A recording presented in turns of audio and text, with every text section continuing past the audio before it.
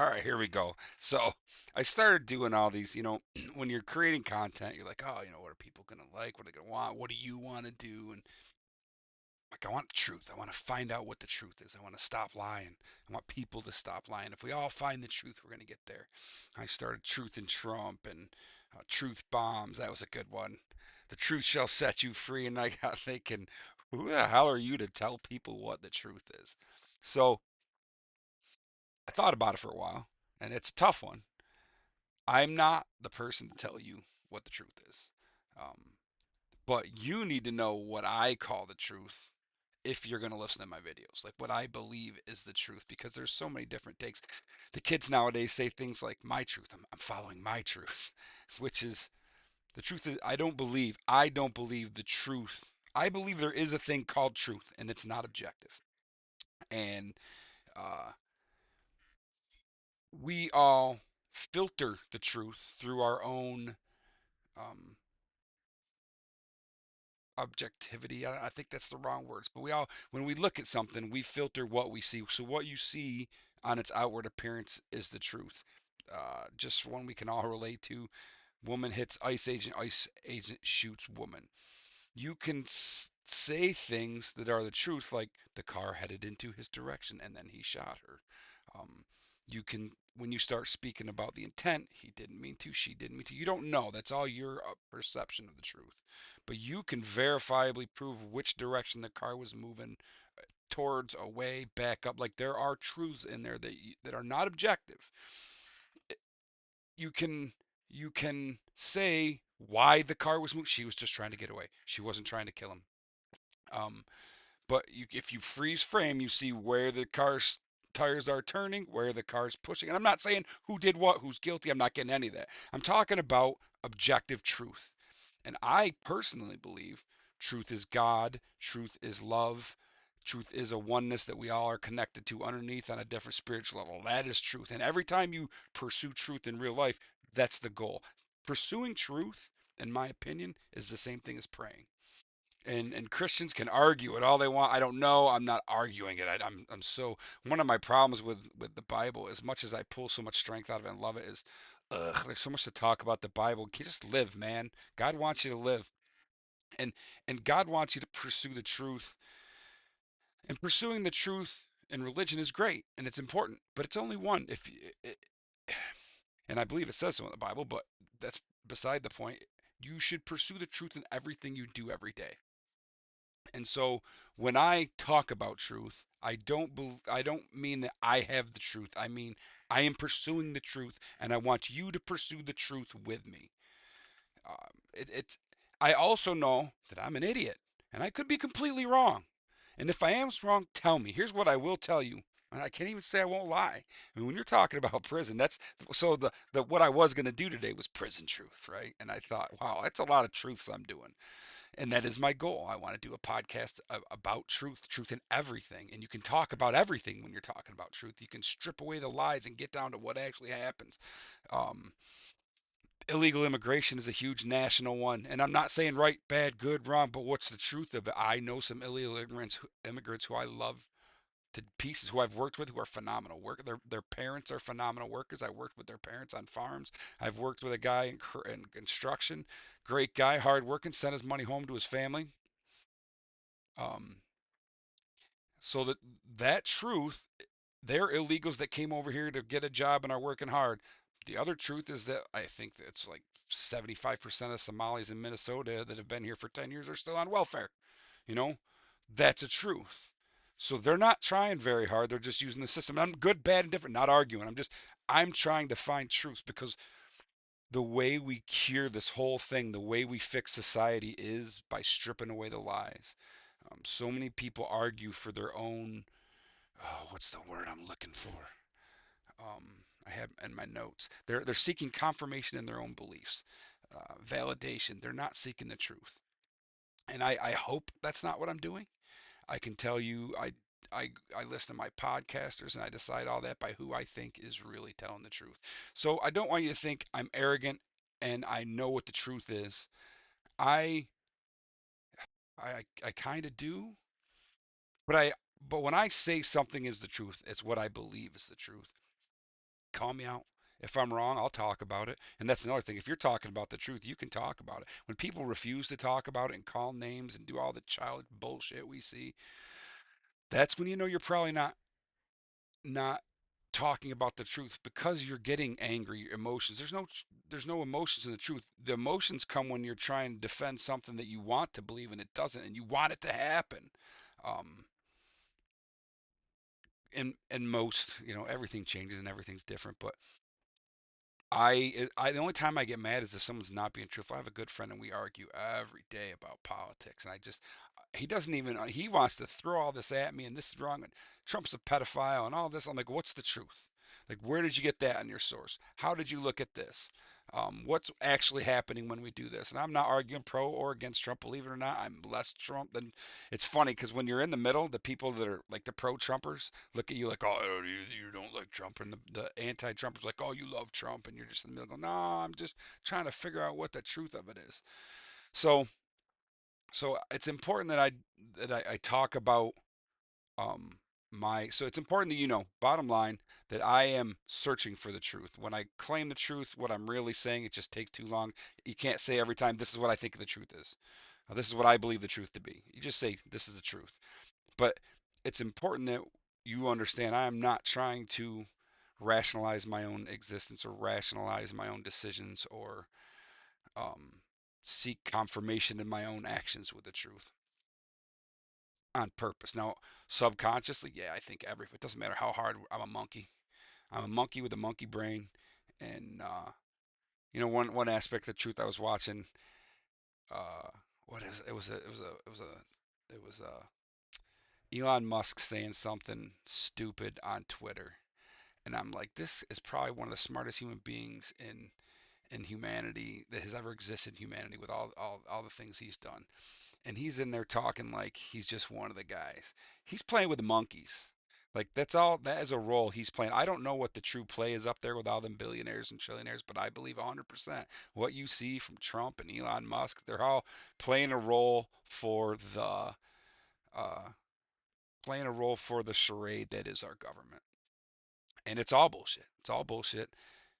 But what we're talking about down on the ground is affecting the strike affected really in real time. People people you love. The people that follow me, unfortunately, aren't. I wish I had people follow me that was a bigger audience. I wish I had liberals follow me. But I'll be honest with you, the far left or the far right, nobody's into the truth. But there are blatant truths that are being broken in in in politics and on TV, and it seems to me the left does more of the blatant lies, uh, the COVID, all of it, and the right was in there too. But I think on in the middle, and again, it's middle left, middle right is where the people that are actually the truth is in the middle. The truth is getting rid of all the bullshit and find it in the middle. So, anyways, what I want to talk this morning about truth because I want to talk about prison truth. Prison truth is. Oh, here's a quote I dug up about truth. Okay, it's not really about truth. Okay, that's a bad one. So, anyways, prison truth. So, here, the hard thing about talking about prison truth is I want to be as truthful as possible. I don't want to lie. But there are certain things, truths, that if I say them, people on the left will use them to attack me and the people I love. Um, and they're not after the truth. That's the biggest problem. We're dealing with the Salazars and the New York Times propaganda arm of whoever the hell these are. They're all propaganda. They don't want truth. They want to talk about how evil guards are because an inmate died from a guard beating, from a guard use of force, whatever. And so they want to paint all guards like this. That's the problem. But they don't want to talk about the what was it, 56. Um, oh, I lost it. I didn't bring it up anymore. Oh, give me 1 second here. Usually, before I start my podcast, I have all of um, my information about Narcan's up and such. I did not do that this day, and so now I'm a little bit behind the eight ball. And it's a number y'all know, and I've said it before, but I gotta get it up because they're extremely important. When you're talking about Narcans, I bow. That's the one I get from my wife. I bow. All right, here we go. My Narcan information. Yeah. So, in 2025, we had 62 unknown deaths and 2 overdoses, and the Narcans aren't in yet. But how about this? 2024, we had 56 unknown deaths, 7 overdoses, and 714 Narcans. So they don't want to talk about stuff like that, which where officers are heroes every day going in and saving lives. 714 life saves, 714 non-responsive inmates with puke coming out everywhere. Where you first aid, first aid, first aid all the way. Give them the Narcan. Hopefully you bring them back. Although there was at least 7 times they didn't, and up to 56 unknown times. But they're not. They don't want the truth on that. They're not putting those out. You can't even get that in the halt whatever. They don't care about drug overdoses. Are you kidding me? It's the biggest cause of death, in my opinion, besides natural death. But it's the biggest cause of death in prison would be overdoses. Now you can look at the numbers. Go, no, there's only 7 overdoses, bro. There is 56 unknown deaths and 714 Narcans. Where's the truth there? And who's looking for the truth there? I do I have to admit guilty that I do have a narrative. My narrative is that correction officers are good, by and large, and we do wonderful things every day, and we don't give ourselves credit for it through the mental health darkness. We don't even believe in how amazing we are, and then you're telling us we're not amazing as well, and you're blaming the people for the terrible system. But when it comes to inmates, you're blaming the system and not the people. Like that's not the truth. That's not an objective truth. That's not an arguable truth. You are lying to create your now. Why? I don't. I'm done asking why. I don't know why Trump acts like an asshole in public and then wonderful and I don't know. Um, but I can tell you the fruit of their labor. And the fruit of Salazar's labor is hatred and division and the destruction of docks. I'm telling you right now, I get report after report of inmates being very bold and emboldening and not taking orders, and that only leads to chaos. It leads to chaos in national news when you know ICE cops are doing their legally assigned jobs and people think it's okay to harass them and stop them and block them from commit felonies in front of them. Uh, that's bad enough. And don't get me wrong, I'm anti-tyranny. If they're being tyrannical, there's a whole bunch of us who are ready to fight that fight. I don't want to fight that fight, but we're here and we're not, you know, um, getting mad and holding cameras out and calling names. Um, and it's funny because when we have a peaceful protest and some shit happens, they make everybody look like that. But when everybody's running around with cameras going, nah, nah, that's my license plate today, and it'll be yeah, when you go to lunch, and just harassing officers, they're all peaceful and just doing the right thing. But anyways, we're getting off course as I do. Um, yeah, they're not pursuing a truth. They're pursuing a mission. What their mission is, I don't know, but I can tell you what the fruits are. They're destroying docks, and they're destroying it by destroying officers' lives, good officers. And I understand why you're angry. Officers that have done things that have that have used force on inmates and they've passed away. That have used force on inmates in cuffs. I understand. It's not a lie to say they beat them. Beat them to death is a little trickier. There's a little more nuance there, but I can't call you a liar or not saying the truth for saying that the officers beat an inmate and he died. And the officers beat up inmates every day because they do, but they're also called use of forces. That's the system. That's how the system trains us.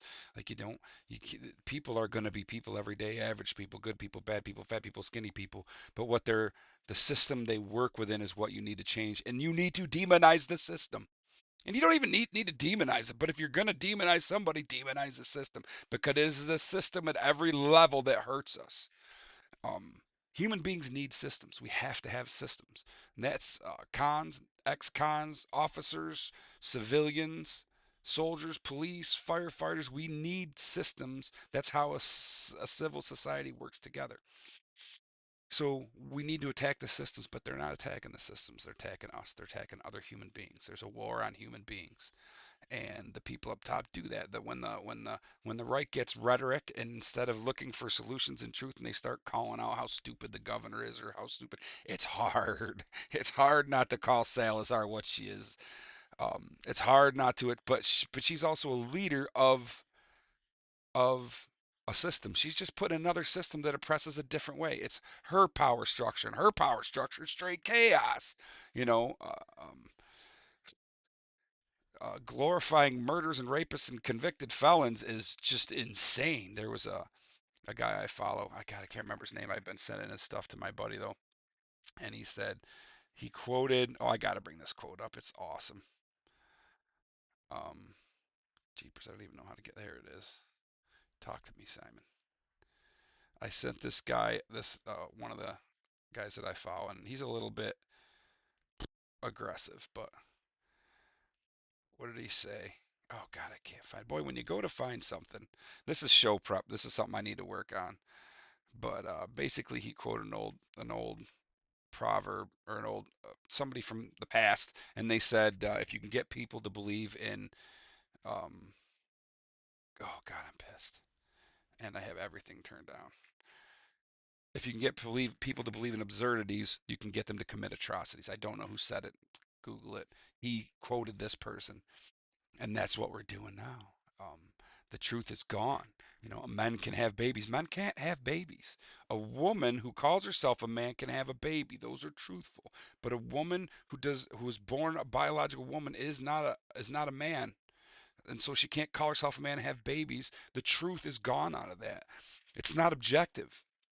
You can say she was born with this DNA, and there are people you could say, but they're so 0.00001%. But what they're talking about is a woman that calls herself a man and then says she can have a baby, and you have to call her all that. And those are not objective truths. Those are her truths, and they're not. They're purposeful lies. Like for whatever reason, they're lying, and I don't understand why we think it's okay. I completely got off what I was trying to talk about. Truth in prison. Um, it's dangerous because the other side does this. The other side will take your truth if I admit, and I don't even want to say it because they'll take a soundbite and they'll go, bleh. Um, here's a funny story. So I just did a really good episode. I really liked it. And I'm going to put it out. I'm going to have the balls to put it out. But one of the mistakes I made in it early on, and I noticed it, was I said, so they're using the force, and he talks shit, and there's a problem. The sergeant's home. They go in, they beat him up, and I'm like, shit, I shouldn't have said that. And it pisses me off because I'm using their verbiage, but it's our verbiage too when we're talking. Oh yeah, we beat his ass. Well, you do beat his ass, but it was a use of force. It was a directed ass beating. And honestly, the biggest reason I never eat their asses is because I was afraid of hurting them. I was younger, I was stronger, I was bigger, and I didn't want to break anybody and lose my pension. I don't have any sympathy for inmates, especially when they spend days harassing and harassing and harassing staff. And finally, the supervisor's like, all right, guys, you got to go in there. And this guy has been just running his mouth at the gate and keeping all his stuff, just being a general pain in the ass. And he doesn't do you should you get beat up if you kept your tray? No, but you see it as all he's got a couple trays. What's the big deal? He's got you weren't there for all the harassment, all the screaming, all the yelling, all the bullshit claims, and hours and hours and hours. When if he would have just I give you food and you give me back your old tray. By the way, any more than one tray, that's on the staff. That was the staff letting it go. That was the staff not giving accountability. That was the staff not checking. That was the staff not communicating. That was a bad on the staff that he had days of trays in his cell. And if you don't know what I'm talking about, the propaganda wing of whoever's doing this anti-police thing, New York Times put up this one of the problems they had with a video, a CERT video. So is um, CERT is the group of officers that goes in when there's like an official problem. So you got an inmate locked in his cell. You have to go in for whatever reason, and so they call CERT, and they get up. There's six guys. They each have a job. They have a shield. They're all dressed up in riot gear. They spray them. They go before CERT goes in. There's the officer that had to deal with this inmate for probably days, at least hours. Then there's the sergeant that had to come several times to try and talk to him. And then there's the watch commander that had to stop on rounds or come out and talk to him because they got to get him out of his cell for whatever reason. And then there's the before CERT goes in, uses force or beats his ass. Um, there's and I've gone over this before, but for the first timers, there's a counselor, and then there's the MHU, and then there's the imam. All these people got through. Everybody's day gets thrown in, and then you go in. And the video that I was watching, dude was, and I want to re-break it down like Tim Pool does. I need to learn the effects on that, but in the video I'm watching, he's all tied up. He's fighting him. He's fighting. But as soon as they go in with the camera on, because that is the directive, that is standard operating procedures. The camera's on. As soon as the camera's going, I'm not fighting. Stop. I'm so sorry. I'm so sorry. Wow. Well, now all of a sudden they focus on this guy screaming, I'm sorry, and he's still fighting. Um, could they use less strikes? I think so. I really do think so. I don't want them to see him use all them strikes just because every time they strike, they're rolling the die in their career. He dies 2 hours later, and now you're in New York Times. Um, but yeah, so all they do is focus on he was pleading, he was apologizing, and you're like, bro, you're so much went into that fraction of a second. You don't just stop it. You can't stop it. You can sit there and armchair quarterback it just like everybody's doing for the whole ICE agent thing. Oh, he should have. And all, you. You're not there. You're not putting your life on the line. You're armchair quarterback, someone who has put his life on the line dozens of times minimally, if he's got 20 years in, and you're just going, well, it's obvious. It's fuck you. It's obvious.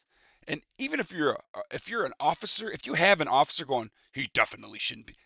F you too, bro. F you and what he should and shouldn't do.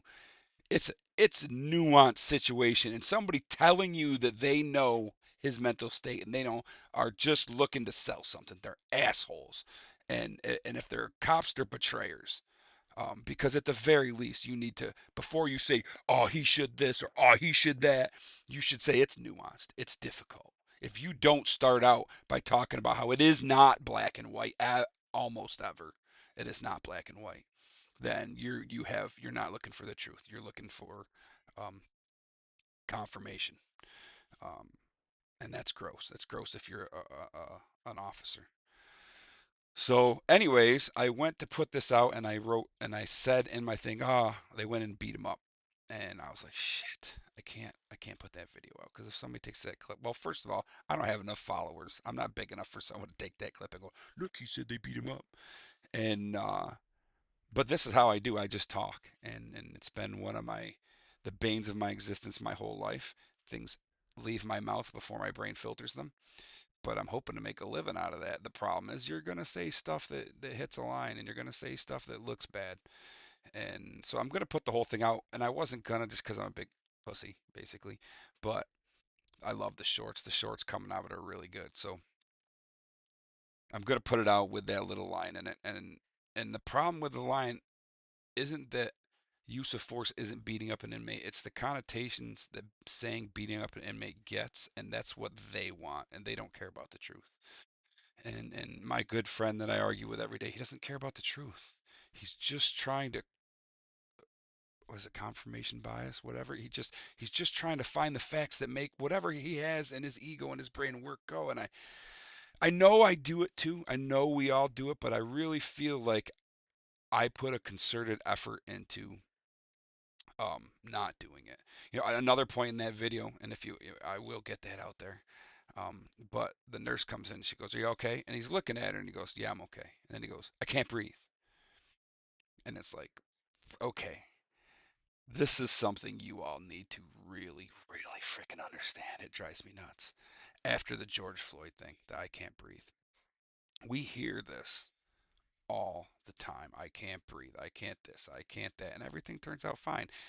999 times out of 1,000. So when somebody says, I can't breathe, you can't just say, uh, oh, okay, well, let's start life saving procedures. You can't breathe.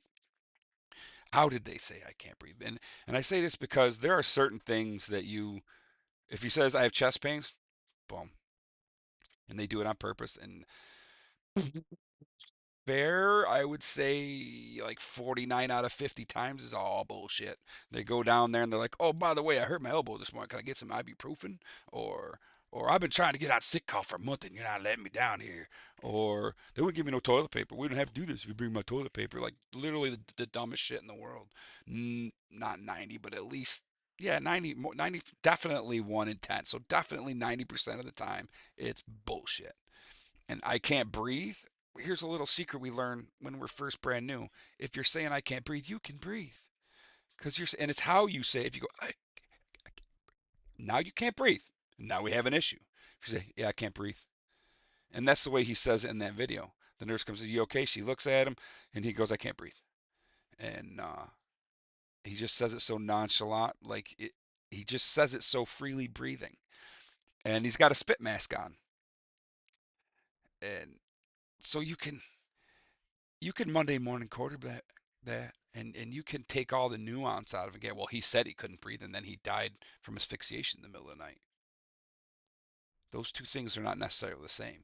He could have died from a drug overdose in the middle of the night. He could have tried. They said he had broken ribs, but it could have been done from first aid. Yeah, almost every time you're trying to bring someone, you're trying to keep somebody alive on first aid, you're breaking their ribs. I mean, you're doing first aid from when you pull out, when you find him, you're doing first aid, AED, Narcan, all that shit until it's taken over by a paramedic. So those are the rules. Cold dead body, doesn't matter. I see my guys work on a few of them, and that's awful. It's awful to know that he's passed, and you still have to work on him, and you got to get him out because you don't want him to die in the block. So you get him out, and then they continue life saving efforts all the way to medical, and when the local guys get there, they know, but we got to continue. They put all the machines on him, they do all that, and they get him to medicals. They get him out of the block. They don't pronounce him dead in front of 100 screaming inmates. Um, yeah, that's a tough one. Completely forgot where I got off to. But yeah, I don't know. I don't know where I went. I don't know where I started. You get lost in these. There's a lot of stories from prison. That I can't breathe stories. And I said this story before, but I was walking an inmate back. He was overdosing. He was uh, non-responsive in his cell. We crack the cell. We go in, and he's responsive. All right, he's just high. So, but we got to get him to medical because he can't stand on his own. So we're walking him through the company, and he's just drooling all over himself, puke all over himself. And he all of a sudden goes, I can't breathe. And the whole block starts going nuts. And me and the officer next to him in this a few years back, what are you doing, dude? And he goes, this is what we do. And we deal, that was a more extreme version of it, but we deal with that stuff all the time. A lot of inmates are game players and they constantly play games. And what I tell guys is, always err on the side of your pension. Whatever, dude. So we got to take a walk. So we got less staffing. It sucks. But if you do something and he dies, now you're on New York Times propaganda wing of the Socialist Party. And they don't care what the truth is. They don't care how great an officer you were, how hard you've worked your whole life to do the right things, or how hard you've worked in prison, which is real difficult to do the right things. They don't care. You're just blue, and they hate you, and they are chaos coming after you in full form, and it's terrifying. Um, and that poor nurse, the way he said everything to me, he was fine. What he died of later on, we don't know. And it's sad that he died, but the problem is they're not looking for the truth of why he died. They're looking for something to blame on officers. He had a use of force. He passed away. He quit breathing several hours later. They tried to say because he had a mask on. They brought in an intelligent doctor and said, well, I think it's asphyxiation because the mask. And then the guy at the corner was like, yeah, no, you don't put a mask on somebody and then 2 hours later they die. And the spit mask is just netting, so they can't spit on you. You don't take away the spit mask. You're just gonna have inmates just run around screaming. I was gonna be like, yeah, I got nothing. Nope, you do you. When you're done, just don't spit on me. Just go do over there. It's insane. So that's the hardest thing about talking about truth. I want you to see what happened. I want to show you the dark spots of prison that I can. But anything I say wrong, and the demons will use it to hang every officer that's ever walked, uh, turned a screw in Shawshank, you know. And that's really the hard.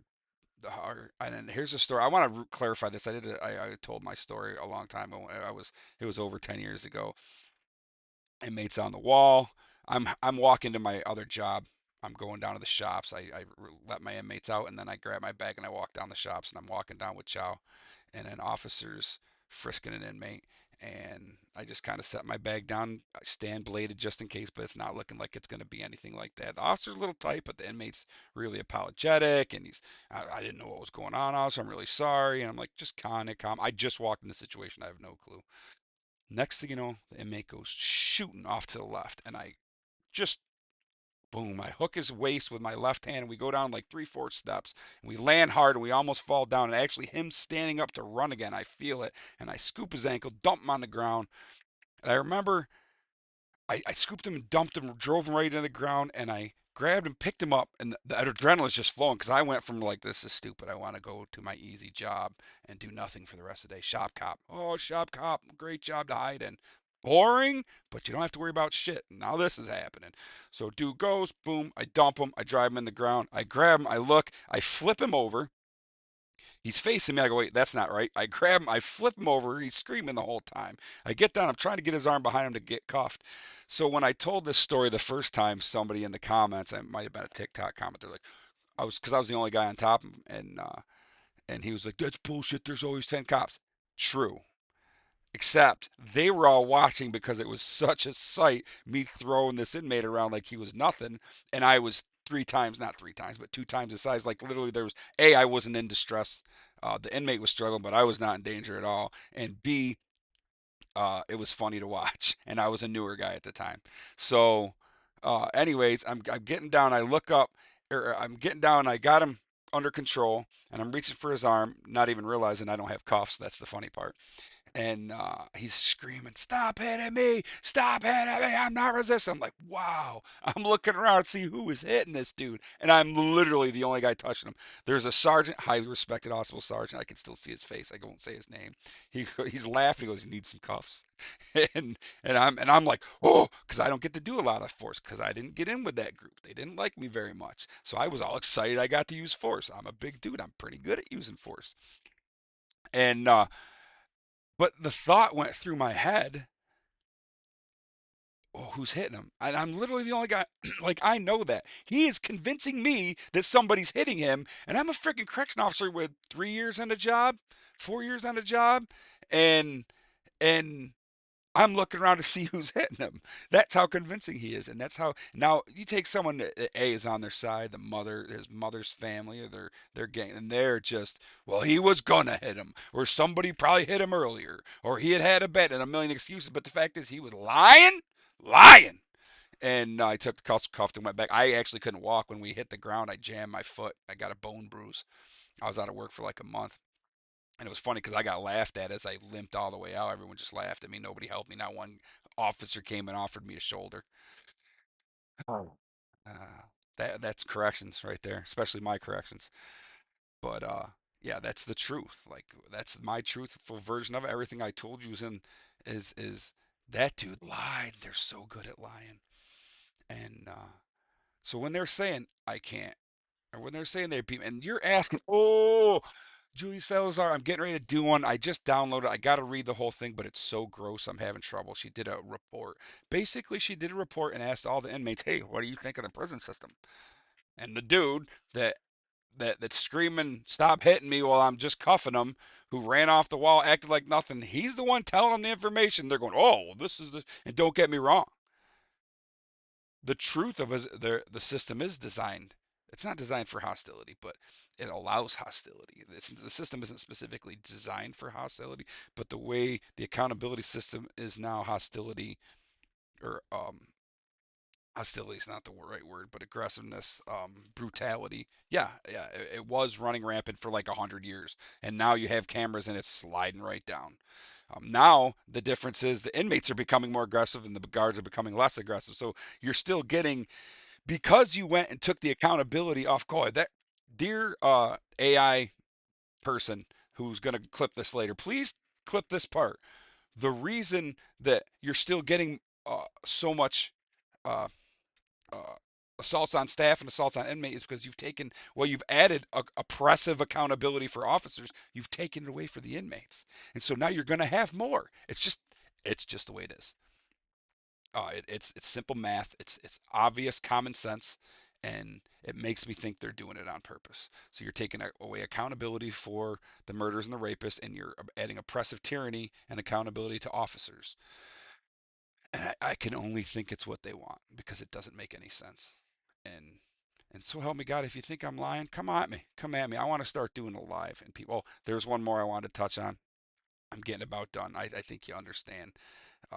Those are my two biggest examples in 15 years or 13 years of being an officer. But there's guys that hear it every day, that see it every day, that happens every day. They lie, and you believe them a few dozen times when you're new, and then you're like, ah, oh, fuck, they're all liars, and they're all liars, and you build on that, and you make it worse. And again, that's not the truth either.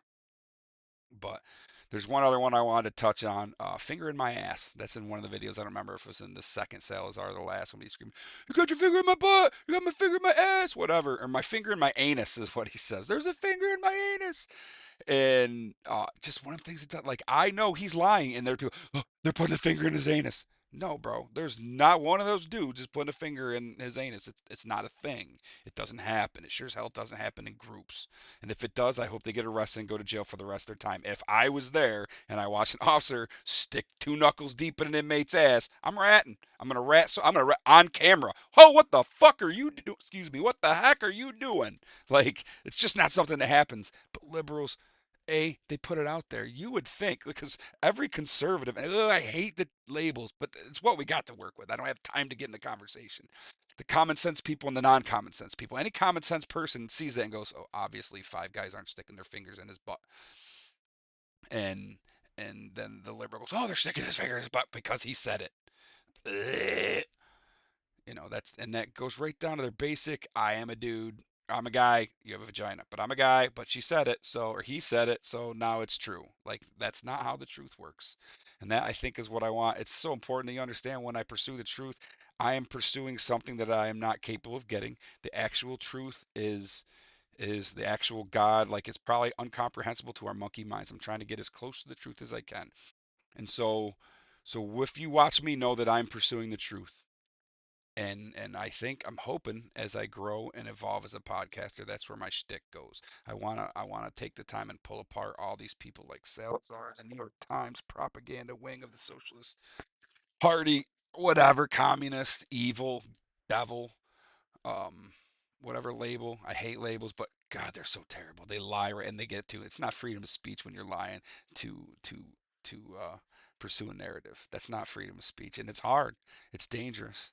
But for God's sakes, if we can't protect our correction officers and our police officers and our soldiers, who can we protect? We want to know the truth of it. We want to know the truth of the beatings. We want to know the truth of the deaths. But and the truth might be painful, and there might be officers that get hurt. But that's a whole different. I think I'll do my next video on systems versus people, because almost everything they're complaining about comes down to the system, a system that created it, and they're blaming the people that are also victims of the system.